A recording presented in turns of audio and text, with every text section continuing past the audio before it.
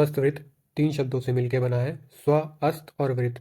स्व के कई अर्थ कहे गए हैं, स्वामित्वम, संपन्नत्वम, स्वायत्ति कारणम, संयोजनम।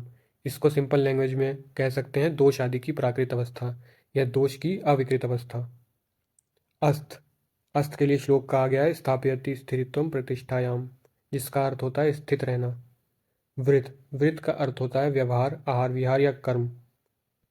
तो इसको साथ में क्या कहेंगे हम, जिन व्यवहार, आहार विहार या कर्म के द्वारा दोष आदि अपनी अविकृत अवस्था में स्थित रहें, उन्हें या उन कर्मों को स्वस्थ वृत्त कहते हैं। स्वस्थ एवं स्वास्थ्य क्या है? जब व्यक्ति के दोष, धातु और मल प्राकृत अवस्था में रहें या अविकृत अवस्था में रहें, तब वह व्यक्ति स्वस्थ कहलाता है, और स्वस्थ का भाव ही स्वास्थ्य कहलाता है। श्लोक पढ़ते हैं हम। सुष्ठु निर्विकारत्वेन अवतिष्ठति इति स्वस्था, स्वस्थस्य भावा स्वास्थ्यम। जब व्यक्ति के दोष, धातु एवं मल स्वतः अपने मूल स्वभाव में अथवा अविकृत अवस्था में उपस्थित होते हैं, तब स्वस्थ कहलाता है, और स्वस्थ का भाव ही स्वास्थ्य कहलाता है। स्वस्थ वृत्त की परिभाषा। स्वस्थ वृत्त क्या पढ़ा था कि जो वृत्त अपने दोष आदि को अविकृत अवस्था या प्राकृत अवस्था में स्थित रखे, वह स्वस्थ वृत्त कहलाता है। श्लोक में क्या लिखा हुआ है? स्वस्मिन् स्थाने स्वस्मिन् कर्माणि स्वसु रूपे स्थीयते तत्वृत्तम स्वस्थ वृत्तम। जो वृत्त कर्म, व्यवहार अथवा आहार विहार, दोष, धातु, मल आदि को अपने प्राकृत स्थान पर प्राकृत कर्मों का निष्पादन कराते हुए प्राकृत स्वरूप में बनाए रखे, स्वस्थ वृत्त कहलाता है। स्वस्थ वृत्त का प्रयोजन। स्वस्थ वृत्त के 2 प्रयोजन हैं, स्वस्थ व्यक्ति के स्वास्थ्य की रक्षा करना और रोगियों के विकार का शमन करना। इसके लिए चरक ने श्लोक कहा है कि प्रयोजनम चा अस्य स्वस्थस्य स्वास्थ्य रक्षणम आतुरस्य विकार प्रशमनम चा। आयुर्वेद के 2 प्रयोजन हैं, स्वस्थ के स्वास्थ्य की रक्षा करना, रोगियों के विकार का शमन करना। श्लोक नंबर 2 में स्वस्थ वृत्त की इंपॉर्टेंस बताई गई है कि धर्म, अर्थ, काम, मोक्ष, ये 4 पुरुषार्थ हैं, और इनकी प्राप्ति में आरोग्य को ही मूल कहा गया है। और आरोग्य की प्राप्ति कहाँ से होगी? स्वस्थ वृत्त का पालन करने से आरोग्य की प्राप्ति होती है। श्लोक में क्या लिखा है? धर्म, अर्थ, काम, मोक्षाणाम आरोग्यम मूलम उत्तमम रोगस्तस्य अपहर्तरा श्रेयसो जीवितस्य च। चारों पुरुषार्थों धर्म, अर्थ, काम और मोक्ष, इनकी प्राप्ति में आरोग्य को ही मूल कहा गया है, और आरोग्य की प्राप्ति स्वस्थ वृत्त अनुशीलन से ही संभव है। सुश्रुत ने आरोग्य लक्षण या स्वस्थ लक्षण का श्लोक कहा है।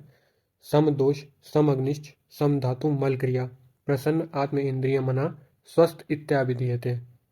जिसका मतलब होता है वात आदि दोष, समस्त 13 अग्नियां, जैसे पहली जाठर अग्नि, दूसरी 7 धातु अग्नि, धातु जैसे रस, रक्त, मांस, मेद, अस्थि, मज्जा, शुक्र, और 5 भूत अग्नि, आकाश, वायु, अग्नि, जल, पृथ्वी। तो ये 13 प्रकार की अग्नियां, तथा रस, रक्त आदि जो 7 धातुएं होती हैं उनका साम्यावस्था में होना, विण, मूत्र जो मल हैं उनका धारण एवं निर्गमन आदि क्रियाएं जो हैं सम्यक होना, और आत्मा, मन, इंद्रियों का प्रसन्न होना, ये स्वस्थ कहलाता है। चरक ने आरोग्य लक्षण के लिए श्लोक कहा है। सम मास प्रमाणस्तु सम सनहनो नरा दृढ़ इंद्रियो विकाराणाम ना बलेन अभिभूयते क्षुत पिपासा आतपसा शीत व्यायाम समसह संपक्ता समजरा सम्मांस चयोमता। इसका मतलब समझ लेते हैं हम। सम मांस प्रमाणस्तु, जो मांस आदि धातु हैं उनका प्रमाण सम होना। सम सनहनो नरा, जो शरीर है उसका सनहनन सम हो, सनहनन मतलब स्ट्रक्चर सही हो। दृढ़ इंद्रिय विकाराणाम, जो इंद्रियां हैं वो दृढ़ हो।